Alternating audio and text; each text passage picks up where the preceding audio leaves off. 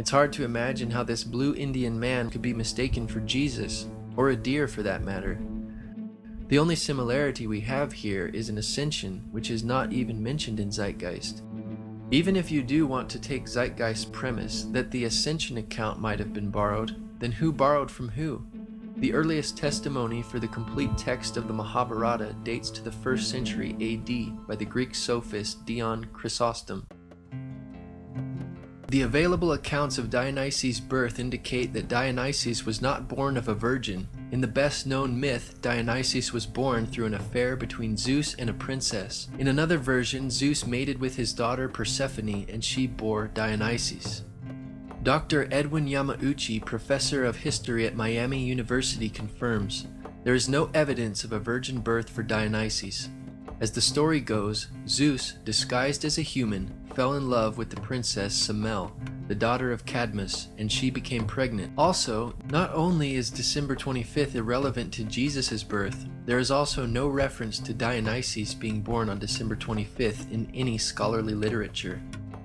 Even some of Zeitgeist sources, Timothy Freak and Peter Gandy, note that Dionysus' birth was celebrated on January 6th by some in Alexandria, which makes it of no relevance for copycat claims. Indeed, Dionysus was a traveling teacher. At any rate, this is a vague similarity that could be found in most ancient and modern literature concerning any figure with a message to share with others. But there are differences as well. Dionysus wandered the world accompanied with wild women, flushed with wine, shoulders draped with a fawn skin, whereas Jesus traveled the limited area surrounding Jerusalem, providing moral teachings. Though there are accounts of Dionysus filling empty vessels with wine, there is no reference to Dionysus turning water into wine, as Zeitgeist claimed. And it is not surprising that Dionysus performed miracles involving wine, since he was the god of wine. One historical study explains, the ancient literature says that there was a spring with clear, sparkling, wine-colored water, very pleasant-tasting water in which the newly born Dionysus was bathed. Also, a spring in the temple flowed with wine. At Elis, the priests of Dionysus placed 3 large empty cauldrons in a sealed room to find them filled with wine when they returned the next day. However, from these references it is obvious that there are significant differences between the Dionysus legend and the story in John 2. The spring flowed with water, and the one at Andros flowed with wine, not wine that had once been water. And the empty cauldrons in the Elis temple were filled with wine rather than water subsequently changed into wine. Key elements in John's story.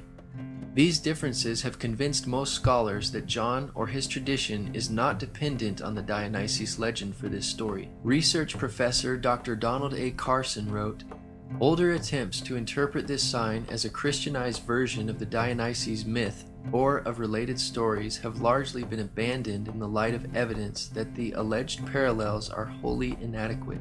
Zeitgeist's source for these titles of Dionysus, Acharya S., only says he was considered the only begotten son, Alpha and Omega, etc., not that he actually was known by these titles.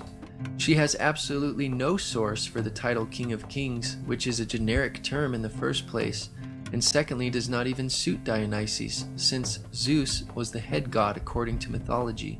Nor does the title Only Begotten Son suit Dionysus, since Zeus had several offspring including Athena, Apollo, Artemis, Hermes, Persephone, Dionysus, Perseus, Heracles, Helen, Minos, and Muses. James Fraser, author of The Golden Bough, is cited in Zeitgeist for this claim of the resurrection.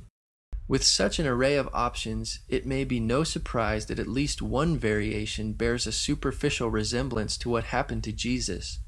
Still, this vague description does not match with the Jewish concept of resurrection. You're going to have to give me a date for the earliest inscription, because Dionysus, I don't know anybody who thinks Dionysus is pre-Christian, not the resurrection portion. Okay, well, all I can tell you is that the myth is that he is torn apart by the Titans, eaten, and he is raised from the dead. But what is the date? I don't know. I don't know the date of the, as I said, of the original. As far as any writings we have, but I know that with the myths, the Greek myths, most of our Greek myths, we do have from later collections. Except we know they are from they were told earlier because we have the vase paintings depicting them going way back in time. But the question is there a resurrection? And since we don't have any resurrection predating the 2nd century all the way to the 4th century, are the earliest ones, 2nd to 4th, we can say, well, maybe there's a resurrection there, but there's no data. Even Tim Callahan, the skeptic you just saw defending Dionysus, admits there is no crucifixion. Even the skeptic Tim Callahan critiques the movie Zeitgeist, saying, "Perhaps the worst aspect of Part 1 of Peter Joseph's internet film Zeitgeist is that some of what it asserts is true. Unfortunately, this material is liberally and sloppily mixed with material that is only partially true, and much that is plainly and simply bogus. The evidence for Jesus as a real historical personage, though meager, is solid." Mithra is the only one of these pagan gods mentioned that could have conceivably come in contact with Christianity. As the late Dr. Ronald Nash puts it, Mithra was supposedly born when he emerged from a rock. Unless this rock was a virgin, there is no virgin birth for Mithra. For the last time, December 25th is irrelevant to origins. The claim of Mithra having 12 disciples comes from Zeitgeist sources, Acharya S., Timothy Freak, and Peter Gandy, yet there is no documentation for this claim in their books. Acharya S., Timothy Freak, and Peter Gandy now acknowledge that they got this idea of 12 disciples from a scene where Mithra is framed by 2 vertical rows of 6 pictures of what seems to be human figures and Mithra in the middle. The reliefs come from the 2nd century AD.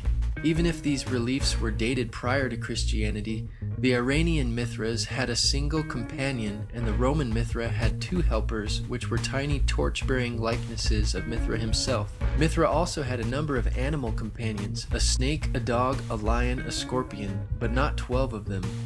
Mithra did perform a number of actions rather typical for any deity worldwide, true or false, and in both his Iranian and Roman incarnations. It must be remembered, however, that some general similarities would normally apply to any religious leader. However, these are not objects that require some theory of dependence.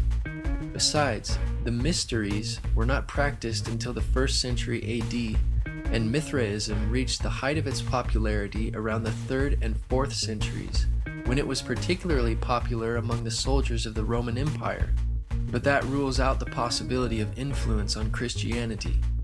In his book, Image and Value in the Greco-Roman World, Richard Gordon writes that there is no death of Mithras, and thus there is no resurrection of Mithra, nor is there a 3-day burial. Zeitgeist sources, Freak and Gandy, claim that the Mithraic initiates enacted a similar resurrection scene, but their only reference is post-Christian Tertullian's Prescription Against Heretics, chapter 40, which is also quoted in the Zeitgeist addendum. In context, this in no way proves Zeitgeist's point, because Tertullian was explaining how Mithraic practices, which were introduced into Roman culture after Christianity, copied Christianity. Mithraic practices were not even in existence in the 1st century when Christianity began, but they were beginning to emerge in Tertullian's time and apparently copying Christian and Jewish beliefs. The complete passage reads, "The devil, of course, to whom pertain these wiles which pervert the truth, and who by the mystic rites of his idols vies even with the essential portions of the sacraments of God, he too baptizes some.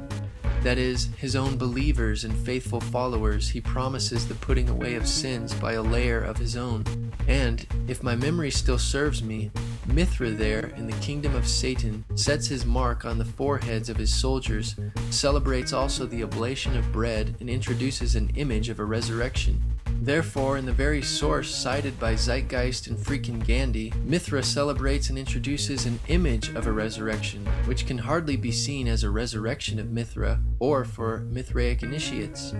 Additionally, Tertullian's writing is significantly after the New Testament times. Dr. Ronald Nash affirms, "No claim can be made that Mithras was a dying and rising god.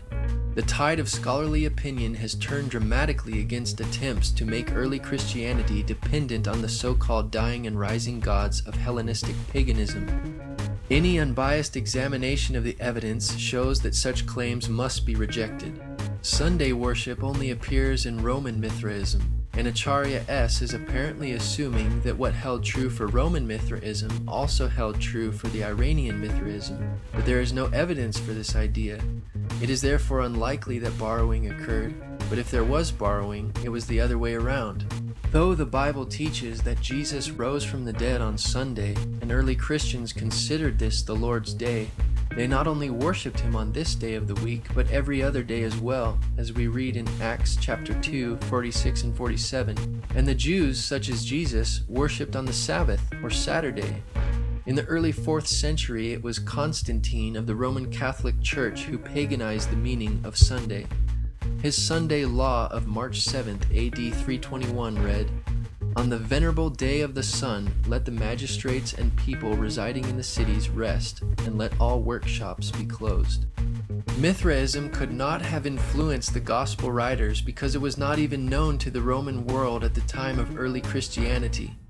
The Encyclopedia Britannica states, "There is little notice of the Persian god Mithra in the Roman world until the beginning of the 2nd century, but from the year AD 136 onward, there are hundreds of dedicatory inscriptions to Mithra. Roman Mithraism was practically a new creation, wrought by a religious genius who may have lived as late as AD 100. We must assume that the pagan gods which Zeitgeist gives examples for are the ones for which they have the best documentation and evidence. As the viewer has seen, the examples given by Zeitgeist are not impressive. Taken together with all the debunked information, the parallels Zeitgeist presented in no way explains causation for Christianity. Before AD 100, all of the mystery religions were still mostly confined to localities. But after AD 100, they gradually began to attain popularity throughout the Roman Empire. Many writers used the late source material produced in this period after AD 150 to form reconstructions of what they think the cults must have been earlier to their spread in the Roman Empire. All of these sources and authors cited for these claims in the film Zeitgeist are not original primary sources, nor do they cite such primary or original material in their bibliographies. Even the majority of atheists and non-Christian scholars have rejected the idea that Christianity has been borrowed from ancient myths, including the well-respected Sir Edward Evans Pritchard, who wrote, "The evidence for this theory is negligible."